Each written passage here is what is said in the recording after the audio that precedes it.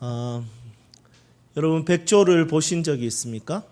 종종 온천천을 걸어가다 보면 백조가 보입니다. 물론 물은 조금 더러운 상태에서 백조가 있어서 잘 안 어울린다 생각을 했는데 종종 백조 볼 때마다 이쁘다는 생각은 했었습니다. 여러분 백조는 어떤 색입니까? 흰색이죠. 그러니까 백조겠죠. 네. 실제로 유럽에서는 17세기까지는 전부 다 백조하면 흰색이라고 생각했습니다. 그런데 유럽의 어떤 학자가 호주에서 발견한 백조가 있었는데 그 백조가 검은색이었습니다. 그러면 검정 백조는 백조입니까? 흑조입니까? 이름이 애매하죠. 그래서 이 스완이 이제 백조지 않습니까? 여기다 블랙을 이제 붙여서 그 백조를 블랙 스완이라고 불렀었습니다.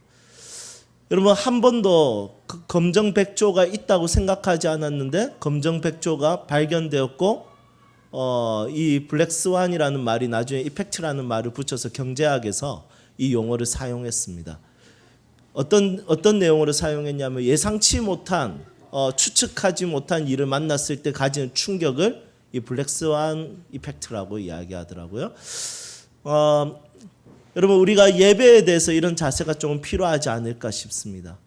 뭐 예배 똑같은 말씀 이렇게 생각하지만 여러분 그것은 그냥 스완의 원칙입니다. 하지만 예배 때 블랙 스완이 있습니다. 하나님은 내가 생각하는 것보다 훨씬 더 크고 위대하고 놀라우신 분이십니다. 여러분 오늘 말씀을 기대하십니까? 오늘 이 블랙 스완 이펙트 이 예배 가운데 말씀 가운데 우리 가운데 임해서 예상치 못하는 하나님의 은혜를 누릴 수 있기를 축복합니다. 그런 의미로 서로에게 함께 인사합시다. 은혜 받읍시다. 아멘. 네, 시편 142편은 다윗이 굴에 있을 때 했던 기도라는 제목을 가지고 있습니다. 마스길이라는 제목을 가지고 있는데 이 마스길이라는 것은 교훈이라는 것입니다. 여러분 기도 자체가 교훈이 된다라는 것을 보게 됩니다. 내가 기도할 수밖에 없는 삶, 내가 기도를 드릴 수밖에 없는 삶, 그 자체가 내 인생은 교훈이 되고 내 인생에는 가르침이 되는 것입니다. 내 삶에 기도가 없다는 것은 내 삶에 하나님으로부터 오는 교훈을 받고 있지 않다라는 증거 중에 하나입니다. 여러분들이 삶 속에서 하나님 앞에 기도하는 자리가 더 많아져서 하나님으로부터 오는 교훈, 하나님으로부터 들리는 음성을 더 많이 들을 수 있기를 소망합니다. 다윗의 인생을 살펴보면 두 개의 굴과 관련이 있습니다. 하나는 아둘람 굴이고 하나는 엔디게 굴입니다. 이 두 가지 굴과 관련이 있는데 이 두 굴 다 사울 왕에게 쫓기는 상태에서 기록한 말씀입니다. 우리가 지지난주에도 시편 108편 통해서 굴에 있었던 다윗의 이야기를 살펴봤는데 오늘도 굴에 있는 다윗의 이야기입니다. 다윗은 사울에게 쫓겨다니면서 힘든 상태에서 쓴 성경 시편 말씀이 8편이 됩니다. 그리고 압살롬 왕이라든지 어려운 상황에서 기록한 것은 20편 정도 됩니다.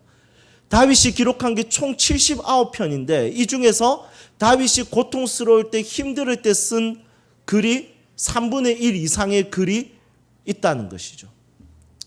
여러분 이런 상황들을 봤을 때 고통과 아픔의 시간들은 매우 중요하다는 생각을 하게 됩니다. 다윗이 사울에게 쫓겨서 굴에 이제 들어가게 되었습니다. 거기에 숨게 되었습니다. 막다른 길입니다. 더 이상 갈 곳이 없습니다. 그런데 아둘람 굴에 있을 때는 이 다윗이 그곳에 있는 것을 보고 몇 명이 찾아왔냐면 400명이 찾아옵니다. 400명의 특징이 뭐였냐면 원통한 자, 아픔을 경험한 자. 개역 개정에는 이렇게 표현하고 있는데 개역 한글에는 뭐라고 적혀 있냐면 이렇게 기록하고 있습니다. 잡인들, 잡놈들. 그러니까 400명의 이름도 모르는 잡사람들, 원통함을 가지고 있는 사람들이 다윗을 찾아왔다는 거예요. 다윗이 이 400명을 데리고 무엇을 할 수 있겠습니까? 아무것도 할 수 없는 상황의 아픔과 고통을 겪고 있었습니다. 그런데 사울이 가지고 있는 군사들은 어마어마한 군인들이었습니다. 엄청난 파워와 훈련된 군사들이었습니다. 다윗은 그를 이기기에는 정말 말도 안 되는 상황이었던 것이죠. 이런 어려운 상황에 처했던 이 다윗의 기도는 어땠을까요? 이렇게 어려운 상황에 처해 있는 이 다윗의 기도는 우리가 기도했을 때는 근사했으면 좋겠다 이런 생각이 듭니다. 왜냐하면 성경이라는 내용 자체가 그렇지 않습니까? 성경은 세상이 멸망할지라도 변할지라도 내 말씀은 1점과 1핵도 변함이 없다 이렇게 이야기합니다. 히브리어를 공부해 보면 아는데 히브리어는 획 하나 바뀌고 점 하나 바뀌면 완전히 의미가 바뀌어 버립니다. 그래서 히브리어의 1점과 1핵 여러분 이것을 바꾸면 완전 의미가 달라지기 때문에 이 의미가 너무너무 강한 거예요. 우리가 한국 사람들은 약간 이렇게 글자를 조금만 고쳐도 무슨 말인지 문장을 다 알지 않습니까? 그런데 외국 사람들이 한글을 배운 사람들에게 약간만 이종화 이거를 이종야 이런 식으로 바꿔도 그걸 못 알아듣습니다. 그런 것처럼 히브리어는 한국말과 다르게 1.1핵만 바뀌어도 못 알아먹습니다. 그거 찾는다고 원어를 찾는다고 굉장히 애를 많이 먹습니다. 그렇게 1점도 1핵도 변함이 없는 이 성경책에 기록되는 기도라면 근사해야 되지 않겠습니까? 누가 읽어도 와, 이 기도는 정말 배울 게 있구나, 멋있구나, 가치 있구나, 이 기도는 영원히 남겨줘도 괜찮겠구나 이런 생각을 하는 기도여야 되는데 다윗의 기도는 그렇지 않았습니다. 우리가 생각하는 근사한 기도는 어떤 기도일까요? 어려운 일이 있을 때 하나님의 섭리에 대한 믿음을 가지고 하나님, 제가 너무 힘들고 어렵지만 여전히 일하시는 하나님을 신뢰합니다. 여러분 멋있지 않습니까? 예수님의 구속의 관점으로 주님, 저는 이렇게 힘들어도 괜찮습니다. 왜냐하면 주님이 나를 억만제약에서 구원하셨기 때문입니다. 여러분 이런 기도면 근사합니다.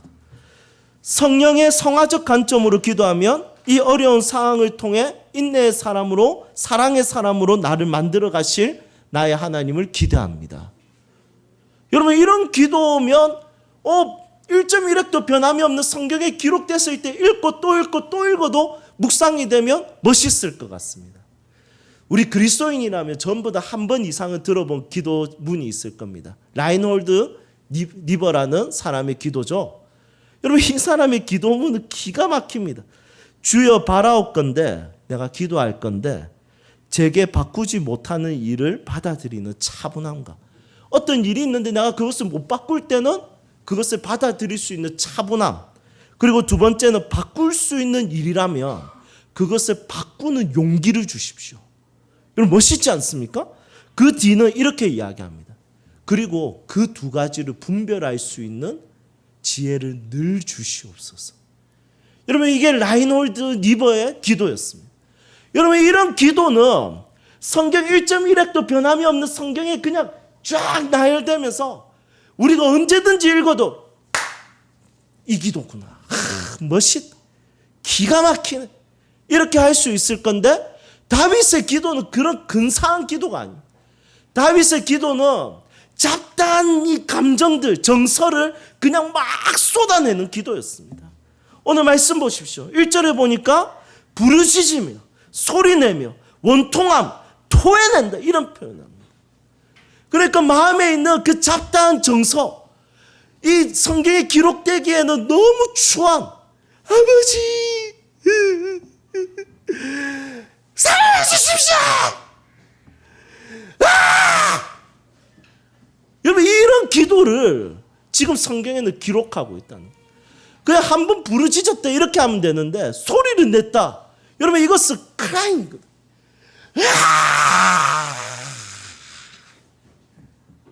지금 제가 무슨 짓을 하는지 모르겠네요. 여러분 이런 기도를 했다는 거예요. 원통함, 이 원통하다는 것은 덤불이라는 뜻이거든요. 자기 마음에 막 덤불 가시가 가득한 거예요. 내 마음에 상처가 가득하단 말이야. 그걸 뭐라고 하냐면 그냥 기도했다가 아니라 어떻게 했다고 토해내.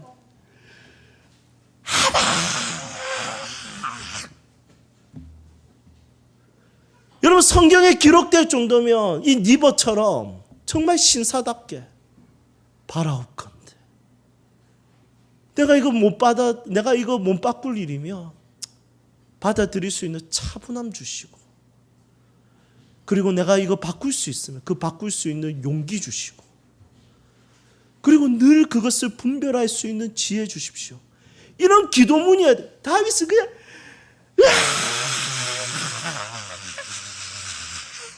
힘들어 죽겠다. 그 앞에 개부치, 원망함. 이런 기도를 성경 1.1획도 변함이 없는 성경에 기록하고 있다는 거예요. 여러분, 다윗의 기도를 시편 142편을 살펴보면 다윗은 거의 조울증 상태입니다. 자기 상황을 보면서 막 토해내다가 또 하나님 바라보면서 괜찮아요. 약간 이런 느낌. 또 하나님 또 상황을 보면 나 진짜 원수가 와 이제 미치겠다. 주님, 그래도 난 주님 때문에 괜찮습니다. 약간 이런 느낌. 거의 졸 상태예요. 지금 절마다. 여러분, 이런 거 보면 이 제정신인가 싶습니다. 이 신사답지가 않거든요. 여러분, 우리는 어떤 때 보면 정서적 결벽증을 원할 때가 굉장히 많습니다. 네 신앙이 있으니까 니는 슬퍼하면 안 되고, 니는 신앙이 있으니까 원망하면 안 되고, 니는 신앙이 있으니까 네 정서가 완벽하게 그걸 가다듬어야 되지 않겠어? 여러분, 우리는 종종 내 아내에게, 내 남편에게 그런 신앙의 핍박을 하는 것을 보게 됩니다. 요즘 기도 안 하나 보네, 이렇게 원망하는 거 보니 약간 이런 느낌이에요. 여러분, 신앙이 그렇게 누군가의 정서적 결벽증을 원하면서 공격하는 것은 신앙의 자세가 아니라는 거예요. 자녀가 아픈데 당신이 지은 죄가 없냐? 철저하게 회개하면 당신의 애가 괜찮을 거야. 여러분, 이게 허진열 목사님 아이가 아프잖아요? 그 이야기를 누가 듣고 해준 말이래요. 제가 그 이야기 듣는데 정서적 완벽성? 옳은 말? 여러분, 옳은 말을 할 때는 상황적인 상황을 봐야 됩니다. 그것을 하려면 정말 지혜가 많이 필요합니다. 정서적 결벽증을 원하면서 그 이야기를 했을 때 어떤 마음이 들까? 그렇지, 내가 회개할 거 찾아봐야지. 여러분, 그게 아니라 만약에 저였다면 네 아들은 괜찮나? 네 죄를 생각했을 때 네 아들은 괜찮나? 그러면 이 세상의 아들, 딸들이 다 아파야지. 누가 결백하겠습니까? 누가 신앙적으로 완벽하고 자기의 삶 가운데 죄악의 모습에 있어서 완벽할 수 있겠습니까? 우리는 다 불안한 상황에서 사는 것이죠. 우리는 서로에게 네가 신앙이 있으니까 순교적 정신을 가지고 그 사람의 정서를 원할 때가 있습니다. 너는 신앙을 가지고 있으니까 우울하면 안 되고, 불안할 수도 없고, 두려움에 눌려도 안 되고, 낙심해도 안 된다. 이것을 신앙적 강압을 요구할 때가 많이 있습니다. 어제 제가 잘 아는 목사님 한 분이 3년 전에 이분이 탈진이 왔고, 2년 전에 그 탈진으로 인해서 모든 방송 사역을 접고, 그리고 1년 전부터는 공황장애가 와서 지금은 오늘 교회를 사임한다고 이야기합니다. 여러분, 사람들 손가락질 할 수 있어요. 목사가 공황장애, 목사가 우울, 목사가 탈진. 여러분, 목사에게 원하는 결벽증 성도들에게는 있습니다. 그리고 목사가 성도들에게 원하는 영적 결벽증이 있습니다. 니는 이렇게 해서 되겠네. 장로님 그렇게 해서 되겠습니까? 권사님 그렇게 해서 되겠습니까? 집사가 그렇게 해서 되겠습니까? 서로에게 영적인 결벽을 원할 때가 있다는 것입니다. 정말 큰 문제는 부부끼리 그럴 때 골치 아픔. 그거 정말 신앙의 핍박이거든요. 마음을 굉장히 어렵게 만듭니다.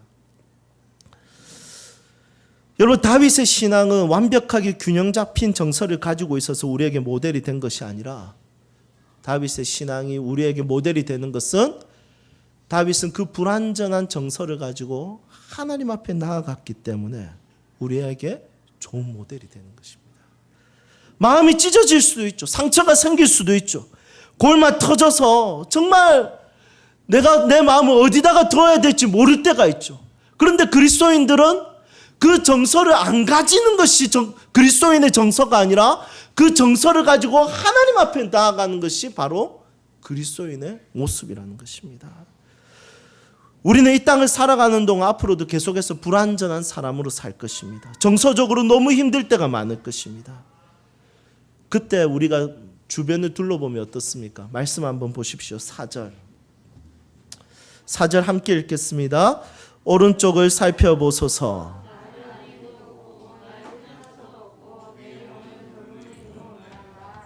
아멘. 사람은 정서적 동물이기 때문에, 정서적 존재이기 때문에 정서에 굉장히 지배를 많이 받습니다. 그런데 이 불완전한 정서의 지배를 받으면 주변을 돌아보면 아무것도 없는 것처럼 보입니다. 그래서 4절에 보니까 빈사 용어가 없고 없나이다 이렇게 이야기합니다. 이 짧은 한 절 사이에 없다라는 말이 3번을 기록하고 있습니다. 나는 이제 의지할 사람도 없고 나를 아는 사람도 없고 나는 이제 피할 것도 없어. 나는 아무것도 없어. Nothing 이렇게 이야기합니다. 그래서 이 수로를 반복하고 있을 때 이 다윗에게는 보이는 것이 하나 생겼습니다. 여러분 이게 신앙이죠.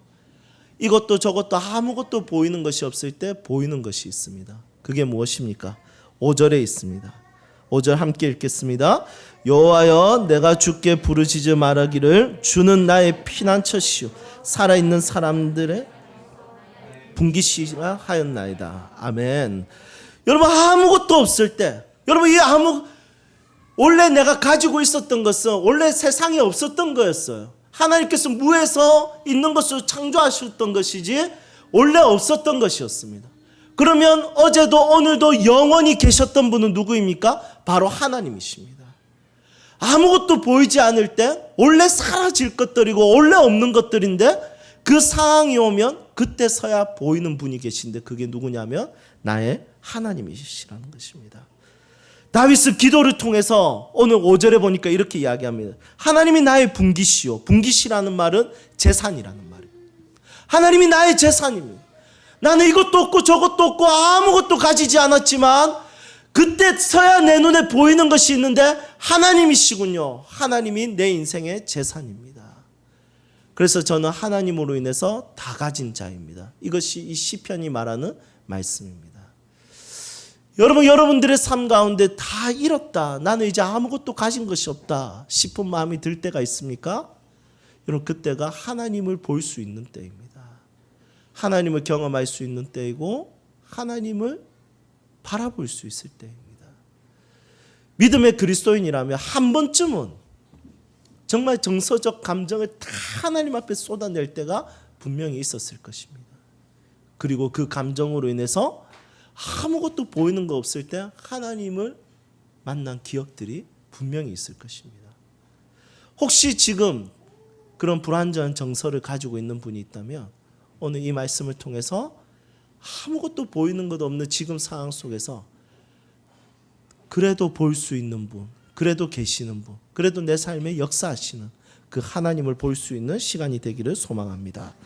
그리스도인은 하나님으로 인하여 무명한 자 같으나 유명한 자고 죽은 자 같으나 살아있는 자고 근심하는 자 같으나 항상 기뻐하고 가난한 자 같으나 많은 사람을 부욕해 하고 아무것도 없는 자 같으나 모든 것을 가진 자.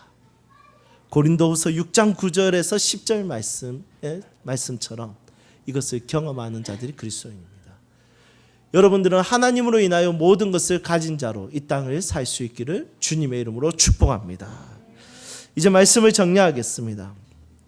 우생학이라는 학문이 있습니다. 이 학문은 우월한 유전자가 있고 열등한 유전자가 있다는 것입니다. 그래서 이 프란시스 콜튼이라는 사람은 이 누구냐면 찰스 다윈의 조카예요. 그런데 이 콜튼이라는 사람이 어떤 말을 했냐면 인간 계량에 대한 이야기를 했습니다. 이 기가 막힌 이야기인데 좋은 유전자들끼리만 만나게 해가지고 그 부분에 애를 많이 낳게 하고 열등한 유전자. 그러니까 어렸을 때부터 공부 지지리도 못하고 사고치고 이런 애들은 그냥 제일 좋은 거 결혼 못하게 하는 거고 혹시나 결혼하면 그 다 막아가지고 애를 못 낳게 해야 된다. 그래야지 사회가 발전한다. 이게 인간 계량이었어요. 그 진화론 사상이 그대로 묻어 있는 거죠. 그 삼촌의 그 조카죠. 그래서 이 콜튼이 그런 주장을 해서 인간 계량에 대한, 그런데 어느 정도 조금 이해가 되는 것 같아요. 예를 들면 저랑 똑같은 날에 태어나신 우리 연예인 강동원 형제님, 연도와 생년월일이 저랑 똑같습니다. 여러분, 똑같은 날에 그 형제님도 태어나고 저도 태어났어요. 그것도 똑같은 부산이라는 지역에서. 그런데 그분은 그렇게 생기셨고 저는 이렇게 생기셨습니다. 여러분, 월등한 유전자가 만나서 우리 동원 형제님 태어났는데 저희 부모님 꽤 괜찮은 유전자라고 생각하거든요. 외모적으로. 그런데 이렇게 태어날 수가 있는가, 이런 생각을 종종 하기도 합니다. 그래서 인간 계량이라는 말은 좀 안 맞다라는 말도 생각이 들지만, 근데 강동원 형제님 부모를 보면 장난 아니라는 생각이 있습니다. 원빈이 그 집안에서 제일 못생겼다면서요. 이런 말도 안 되는 이야기들을 하는데, 여러분, 이 땅의 삶은 어차피 절대로 공평하지 않습니다. 태어나는 출발점이 다르고요. 모든 것을 공평하게 가질 수 없는 것이 이 땅의 삶입니다. 무시당하고 쫓겨다니고 오해를 받기도 하고 자기 모습이 정말 비참하고, 그리고 진짜 천불이 날 정도로 화나고 짜증이 나고 우울감과 분노가 원망이 사로잡힐 때가 있습니다. 여러분, 그때는 누군가가 나에게 정서적인 결벽증을 원해도 잘 안 돼요, 그거. 그런데 그 불완전한 정서를 가지고 그냥 가만히 있는 것이 아니라 그때 하나님을 찾아봐야 돼요. 하나님께 부르짖어 봐야 돼요. 그러면서 그분 앞에 부르짖는 예배자로 세워졌을 때 나의 신앙이 자라는 것입니다. 우리의 신앙은 두 가지로 자랍니다. 첫 번째는 교회에서 자라는 신앙이 있습니다. 진짜 비닐하우스죠. 진짜 보호받죠. 이곳에서는 마음껏 말씀 들을 수 있고 마음껏 기도할 수 있고 마음껏 예배할 수 있습니다. 마음껏 찬양할 수 있습니다. 교회 안에서, 영적인 비닐하우스 안에서 우리는 신앙이 자랄 수 있습니다.